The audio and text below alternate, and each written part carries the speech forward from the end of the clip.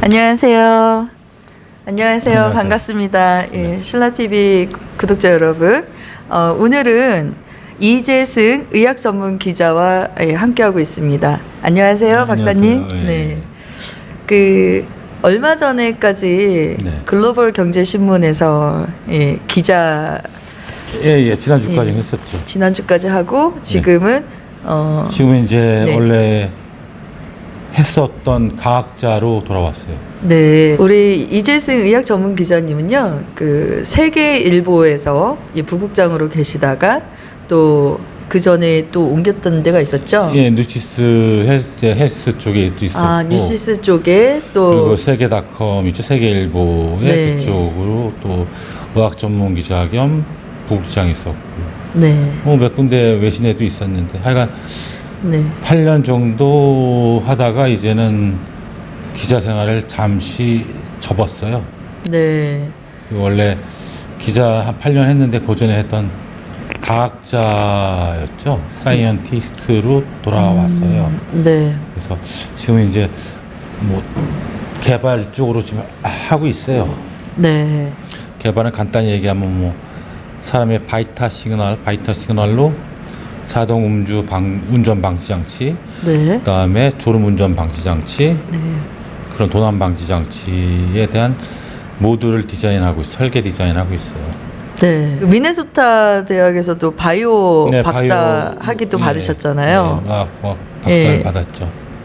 그리고 연합뉴스 그쪽에 의학 전문 기자가 없다고 또 패널로 YTN이요? YTN 쪽에 의학 전문 기자가 또 없어서 그쪽으로 또 패널로 또 많이 참여를 하셨고요.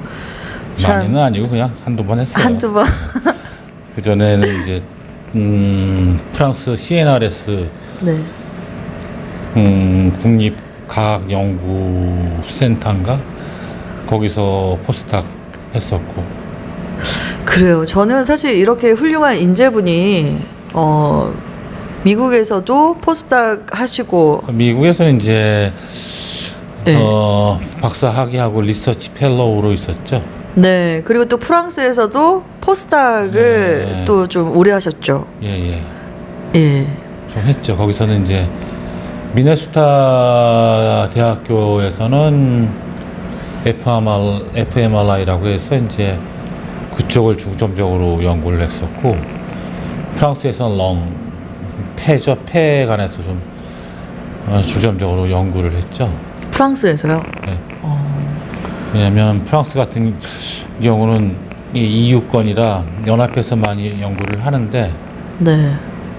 그 MRI가 인체에 닿는 부위는 다 이렇게 촬영이 가능한데 렁은 안 돼요. 폐는. 왜냐하면 거기가 비어 있는 거라 찍으면 새까맣게 나오거든요. 그러다 보니까 거기에 니트로겐 가스를 갖다가, 이게 니트로겐 가스는 NO 질소 같은 경우 일반 공기에도 섞여 있으니까 사람이 호흡하는데 전혀 문제가 없거든요.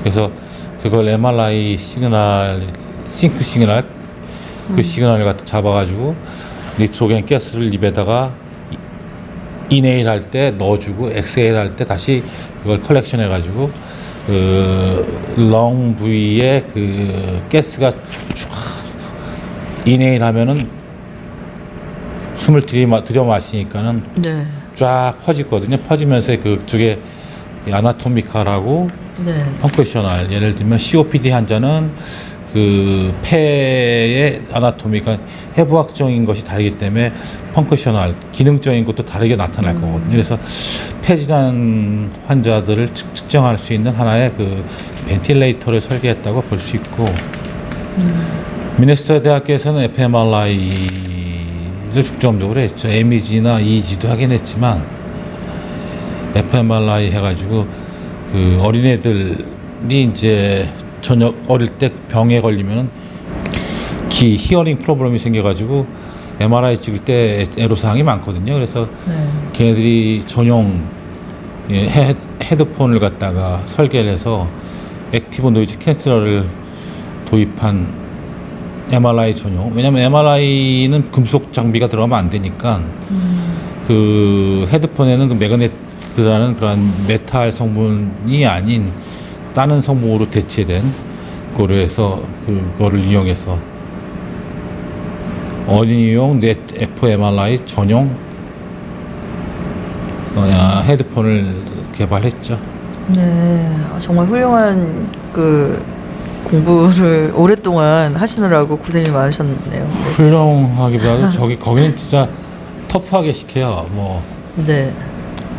예를 들면은 대학교에 이제 의용공학과가 있는데 거기서 제가 알기로는 그냥 옛날 지금 많이 바뀌었는지 모르지만 제가 1996년도에 미국으로 떠날 때 보면은 그냥 그 과에서 뭐 시험도 코스독도 제도 없이 그냥 대충 하다가 졸업했는데 미국 미네소타 대학교에서는 약대 과목 크레딧을 들어야 되고 의대 과목 크레딧을 들어야 되고 바이오 피직스 과목 그다음에 엔지니어링 다 들어야 논문을 쓸 수 있는데 그게 코스독이 장난이 아니에요.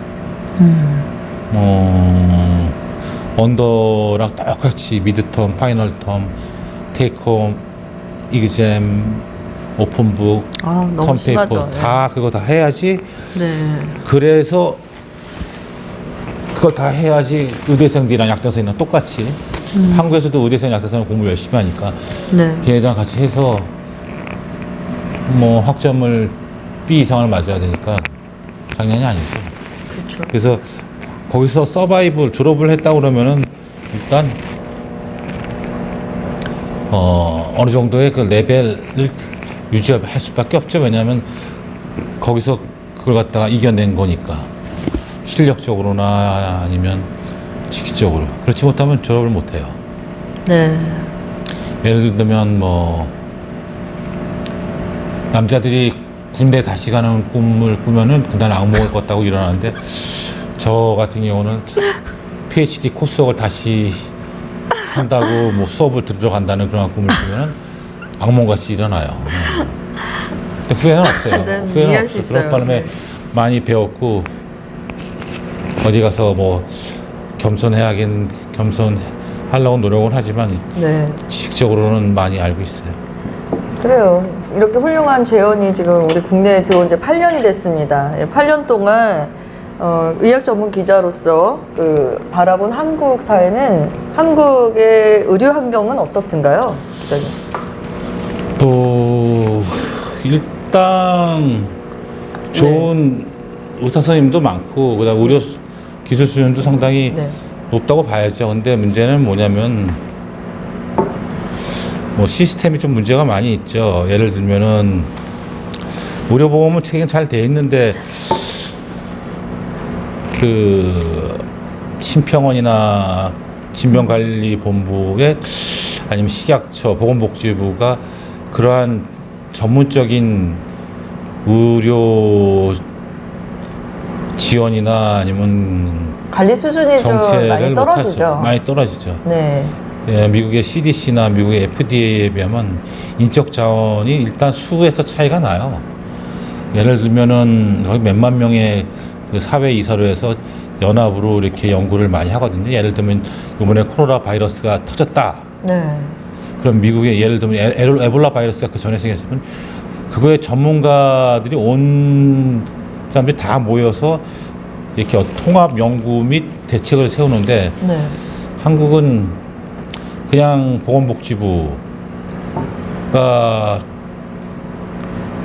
혼자서 뭐 하다 보니까 전문성도 떨어지고 예를 들면은 며칠 전에 WHO에서 질병이 확진되기 전에 예를 들면 코로나 바이러스가 확진되기 전이나 아니면 증상이 나타나기 전에 전파의 위험성이 있다 그랬는데 무조건 그때 WHO가 이렇게 발표를 했고 그랬을 때 보건복지부에서는 그럴 리가 없다. 아주 단전적으로 얘기했거든요. 그래서 저는 너무 성급한 것이 아닌가 싶었어요. 그럴 가망성을 염두에 두고 일단 대책을 플랜 B로서 준비하고 있다라는 그런 신중 모드로 갔었는데 바로 단정적으로 그렇게 얘기했다는 것 자체가 너무 성급하지 않았나. 그리고 우리나라의 FDA 수준에 비하면 너무 무리수였지 않았나 해가지고 바로 독일에서 그 증상이 나타나기 전에 꼬마에 의해서 확진이 전파가 됐던 것이 너무 다 뉴스에 나왔고 것이 나왔고 그래서 FDA도 그럴 가능성이 있기 때문에 지금 연구를 하고 있다. 네. 그렇게 신중 모드인데 한국의 보건복지부는 그 사람이 의사 출신은 아니었겠죠 분명히 그냥 일정의 기껏해야 뭐 그쪽에 뭐 보건복지부 공무원 출신도 아니라고 단정적으로 얘기했는데 그래서 너무 성급하지 않았나 싶어요. 그게 이제 국제적인 한국의 그 의사 수준에 비추어 봐서 그 보건복지 공무원들의 신뢰도를 많이 떨어뜨린다고 봐야겠죠. 그 전에 임보사 사태도 있었고. 심평원이 말들이 많이 나옵니다, 사실. 그 얼마 전에 김승희 의원이 또 심평원 자료를 분석을 해서 뭐 여러 가지 그 발표도 하시고 했는데 제출받은 자료에 따르면 뭐 여러 가지 뭐 그쪽으로도 문제가 많더라고요. 심평원 문제 많죠. 네. 의사들이 제일 확신하는 게 심평원이죠. 왜냐하면 심평원에서 심사 평가를 해서 이게 급여인지 비급여인지 정해가지고 급여가 돼야 이게 돈을 갖다가 환급을 해주니까 의사 입장에서는 진짜 말이 맞지. 예를 들면 의사 선생이 이비인후과 의사가 이제 환자가 왔어요. 네. 환자의 정확한 치료를 위해서 CT를 찍어 봅니다. 엑스레이로 찍어서 안 나타나는 거나 엑스레이로 해서 규명이 안 되는 경우 CT를 당연히 찍어야 되는 거죠. 그래야 정확한 치료를 이비인후과 의사들이 할 수 있는 거죠. 비싼 CT 장비를 왜 들여놔서 왜 환자를 위해서 왜 안 찍겠어요. 그런데 이제 찍고 나가지고 그걸 신청을 하잖아요. 이건 제가 일선의 의학 전문 기자로서 이제 취재를 했던 사례인데 네. 그래서 분명히 환자의 상태를 진단을 해서 치료를 했어요. 그리고 나가지고 이제 심평원에다가 신청을 했어요. 이런 상태로 CT를 썼기 때문에 했는데. 근데 심평원에서는 왜 CT를 안 찍어도 되는 환자한테 CT를 찍어가지고 과잉 진료를 했냐고 해가지고 그걸 환급을 안 해준 거예요. 그래서 완전히 의사 입장에서는 손해만 본 거죠. 그리고 이러한 경우도 있어요. 어느 환자가 왔는데 너무 가난하다고 봤어요. 가난해가지고 그냥 그래도 진료를 해야 되니까 그분 신분을 알아야 되니까 그분의 연락처, 생년월일, 이름을 적었죠. 네. 그 상태에서 그냥 치료를 했는데 치료를 안 받고 그냥 보냈어요. 워낙 가난한 입장에서. 그랬더니 그거에 대해서 왜 이제 심평원이 또 딴지를 건 거죠.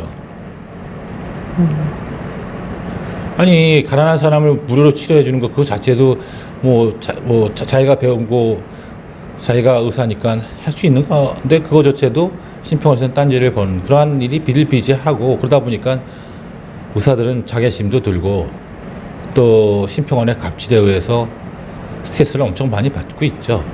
뭐 심평원이 그렇다고 뭐 100% 나쁜 짓을 하는 건 아니지만 그런 거는 좀 융통성 있게 좀 했으면 좋겠어요. 네, 지금 제가 심평원 지금 홈페이지 들어와 있는데 건강하고 안전한 의료 문화를 열어가는 건강보험심사평가원을 우리는 이제 심평원이라고 부릅니다. 우리 국민들의 안전한 의료 환경을 조성하기 위해서 심평원이 그만큼 중요한 역할을 하고 있는데 그런 뭐 CT나 이런 거는 사실 그 목숨이 왔다 갔다 하는 그런 종류는 아니잖아요. 그렇죠? 아니죠. 근데 이제 항암 환자들 대상으로 해서 심평원이 이런 제보가 들어왔어요. 고령의 그 폐암 사기 환자를 몇 단계를 거쳐야지만 면역 항암제를 사용할 수가 있고 그러니까 안전한 생명이 우선인데 그런 거는 사실 의사의 자율권이잖아요. 근데 그렇지 않으면 급여를 줄 수 없다라고 의사를 길들이기 식의 행포가 있었다는 제보가 들어왔었거든요. 여기에 대해서는 어떻게 생각하세요? 이것도 지난번에 이제 면역 항암제 학회에서 기자간담회 할 때 갔어요. 또 옛날과 달리 면역 항암제가 상당히 많이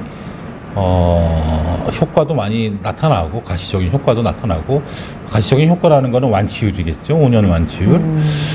그리고 또 한 가지 그 예후도 좋고 환자들의 고통도 덜고 빅데이터법이 통과되면서 거기에 연관돼 가지고 많은 환자들한테 이 명형항암제를 하겠다, 확대 시술을 하겠다 그랬는데, 그래서 물어봤더니 그거는 자기들이 확대하겠다고 해서 희망사항이지 할 수 있는 입장은 아니라고 하더라고요. 왜냐하면 일단은 거기에 대해서는 심평원이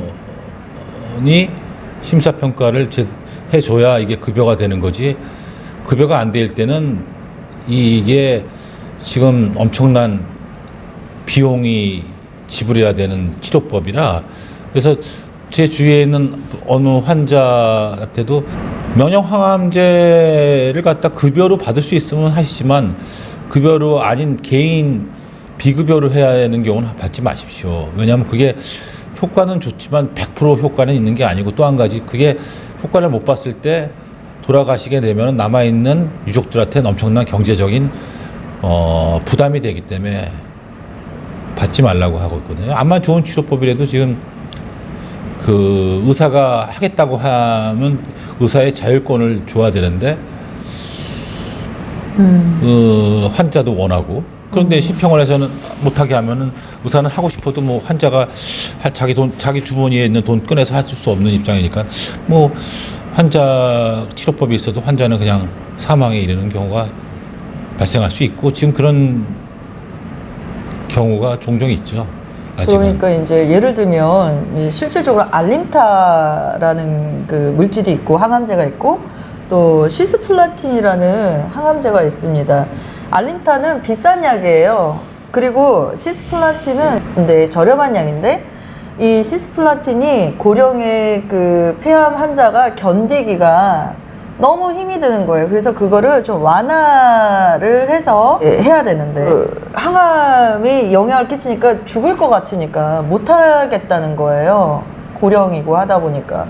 그런데 국가에서는 이렇게 알림타와 시스플라틴을 두 개를 병행을 4번은 최소한 해야지, 4차를 해야지 유지요법으로 그 알림타만 쓸 수 있게끔, 그것도 3번을 써야지 그 단계가 지나서 면역 항암제를 할 수가 있다는 겁니다. 그러면은 이렇게 고령의 그 노인을 그렇게 만약에 하면, 이게 심평원이 정해놓은 기준은 이게 일종의 하나의 기준이 가이드라인이 될 수 있지만 환자마다 상태가 다 다르고, 네. 또 환자마다 연령도 다르고, 그다음에 환자마다 이 암 상태가 다르거든요. 그렇다 보면 그거에 대해서는 어느 정도 의사들의 계속 시도를 해왔기 때문에 이 시점에선 그것을 해야 되겠구나, 의사들이 판단을 내릴 수 있게끔 어느 정도의 자율권을 줘야 된다고 생각을 해요. 그게 이제 심평원 입장에서는 뭐 건강보험 기금이 뭐 제한되어 있기 때문에 그렇다고 하긴 하는데, 그렇다고 하더라도 이게 의사들의 가장 환자의 상태를 제대로 알고 환자들한테 필요한 치료가 무엇인지를 결정하는 그 결정권자는 의사이고, 의사들한테 자율권을 줘서 이거에 대한 아까 말씀하신 그 가이드라인에 대해서 어느 정도 융통성을 발휘해야 된다고 봅니다. 왜냐하면 결국 이게 가다가 뭐 환자들만 손해보는 거거든요. 왜냐하면 의사는 뭐 알고도 뭐 안 써도 그만이니까. 근데 환자 입장에서는 서래도 이걸 갖다가 치유받고 싶고 상태를 갖다가 호전되고 싶거든요. 이러다 보니까 국민들이 개구충제로 그렇게 빠지는 거, 그런 그러한 아주 웃지 못할 일이 발생이 된다고 보는 거죠. 네. 이제 시스플라틴이 싼 약임에도 불구하고 몸을 상당히 힘들게 한다고 합니다. 그러니까 내가 무슨 마루타냐, 우리 항암 환자들이 내가 무슨 마루타냐, 어? 나를 가지고 지금 실험하는 거냐, 이렇게 얘기하는 경우도 있고, 그렇게 심평원에서 예산을 삭감할 경우에 그 예산을 삭감시킨 그 사람에게 페이가, 월급, 성과급이 지급이 된다고 합니다. 무슨 말씀인지 아시죠? 예. 예를 들면 지금 뭐 3차 병원들 이상은 다 지금 암센터를 운영을 해요. 네.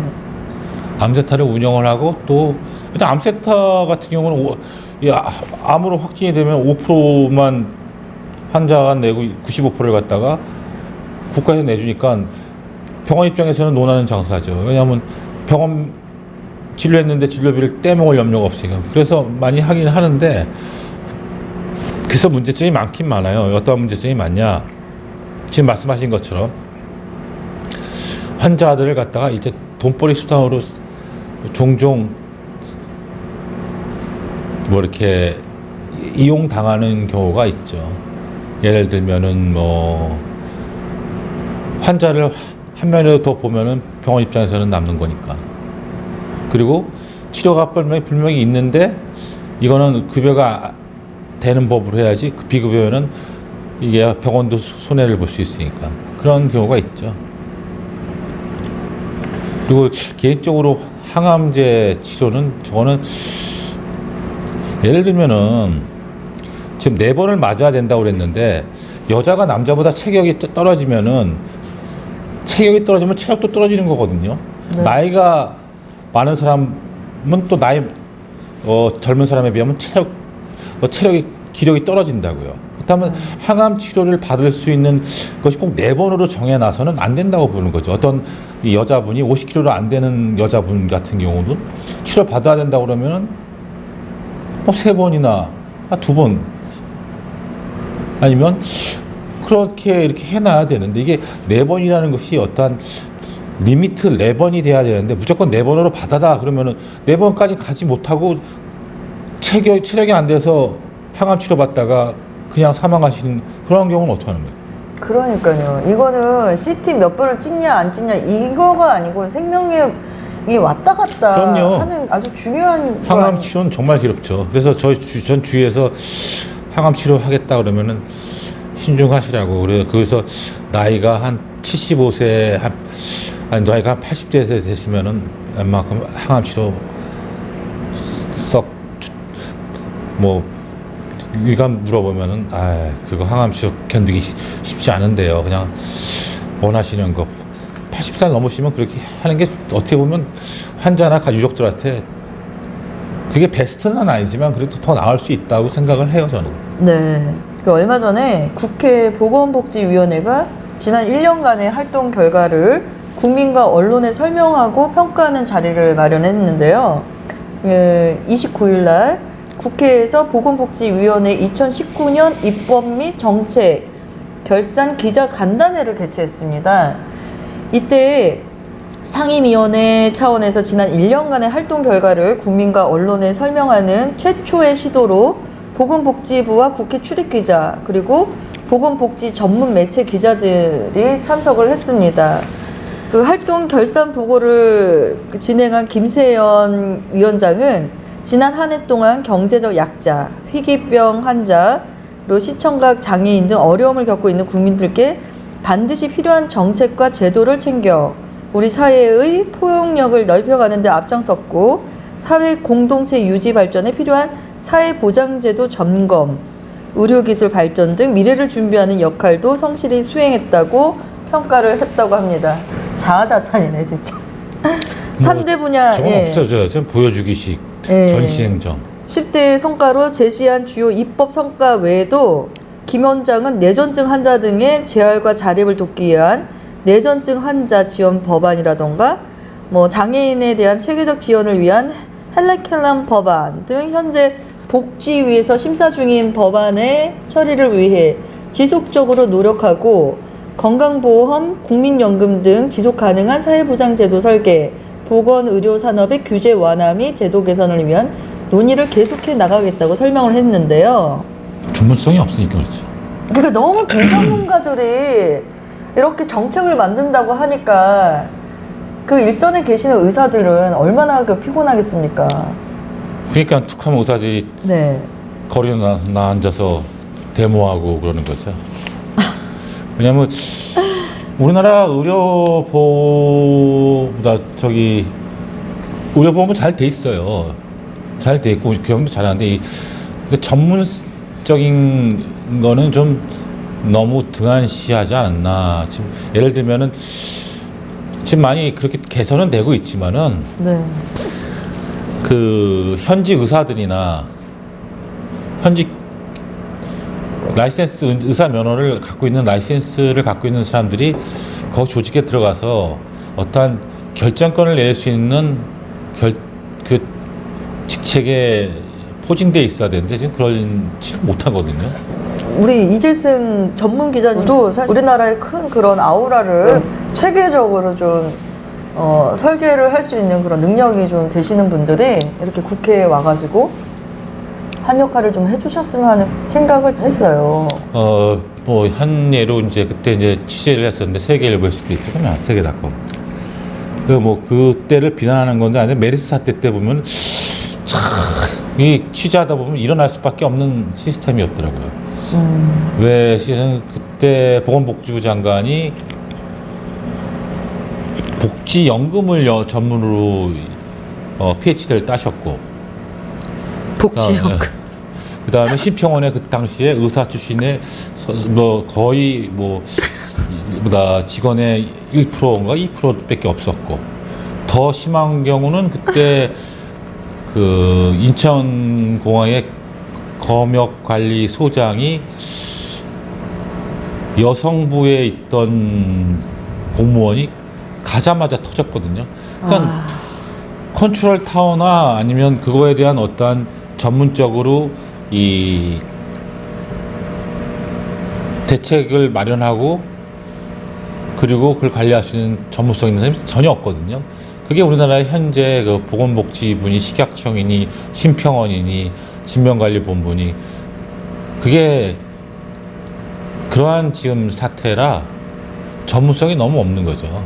난 진짜 이 김승희 이 국회 보건복지위원회 소속 김승희 이 의원도 식약처장 했던 분이잖아요. 본인이 했던 그 업무를 이제는 국회의원이 돼서 감시와 견제를 한다? 그게 가능하겠어요?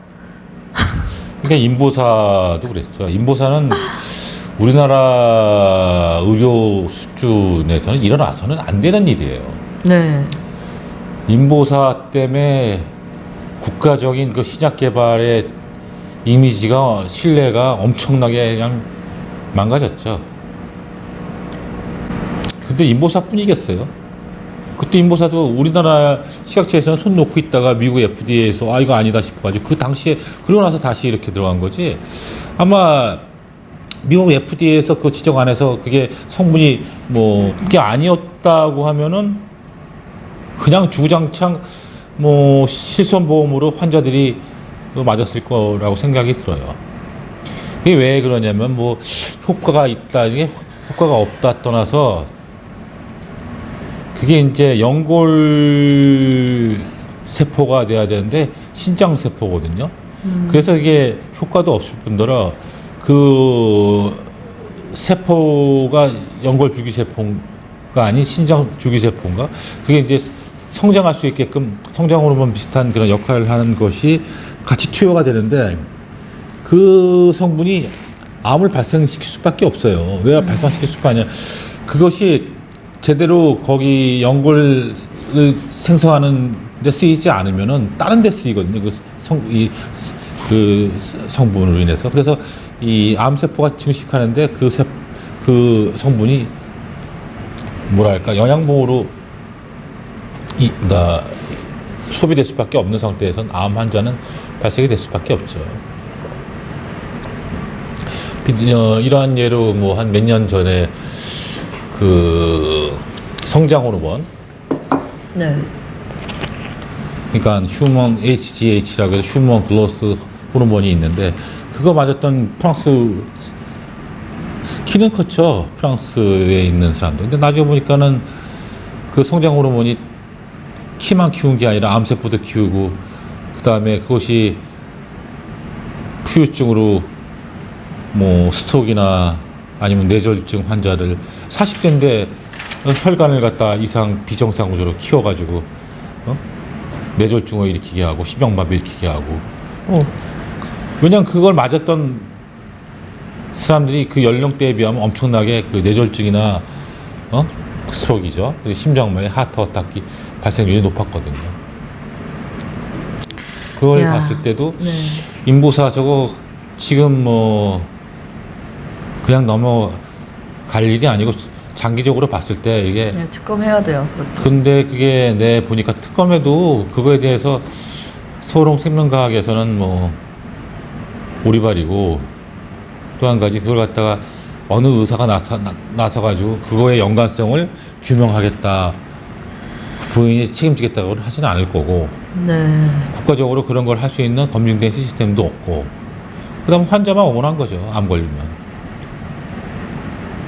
아, 너무 심각하네요. 그래도 지금 여기 보니까 독성이 있는 경우에는 스킵을 하면 안 되고 용량을 낮추거나 다른 독성이 있는 제재를 투여해야지 급여를 주겠다. 안 그러면 삭감한다. 이게 뭡니까?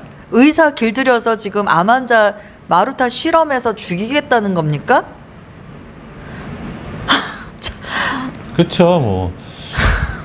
이거는 대학 병원이나 개인 개원이나 의사들이 갖는 어떠한 회의감이죠. 아, 나는 그 사람들 그 의사들 얘기를 그대로 옮겨 보면 대가리 깨지게 공부를 해서 국가에서 의사 자격을 따서 자기는 실력과 신념을 갖고 의사 입장에서 환자를 치료하는데 이 치료를 쓰지 마라. 이 치료는 왜 썼냐? 이건 과잉 진료 아니냐? 이건 급여 못 해주겠다. 그러면 의사 입장에서는 이거 맥 빠지는 일이거든요. 아, 그 예전에는 그리고 환자 입장에서는 완전 이게 우리 하나의 뭐 실험 대상으로 전락하는 거고 치료법이 있어도 제때 못 받으면 사망하는 거고. 국민 건강을 위해서 국가의 이런 의료 안정망은 국민의 목숨을 좀 더 중요하게 다뤄줄 수 있는 차원에서 진행이 돼야 된다고 생각을 하고요. 오늘은 여기까지 해야 될 것 같아요. 너무 감사합니다. 오랜 시간 동안 함께해 주신 우리 이재승 의학 전문 기자님께 감사드리고요. 박사라고 얘기하시면 됩니다. 예. 그리고 함께해 주신 우리 신라TV 구독자 여러분 감사합니다. 더 좋은 알찬 소식으로 또 찾아뵙도록 하겠습니다. 감사합니다. 감사합니다.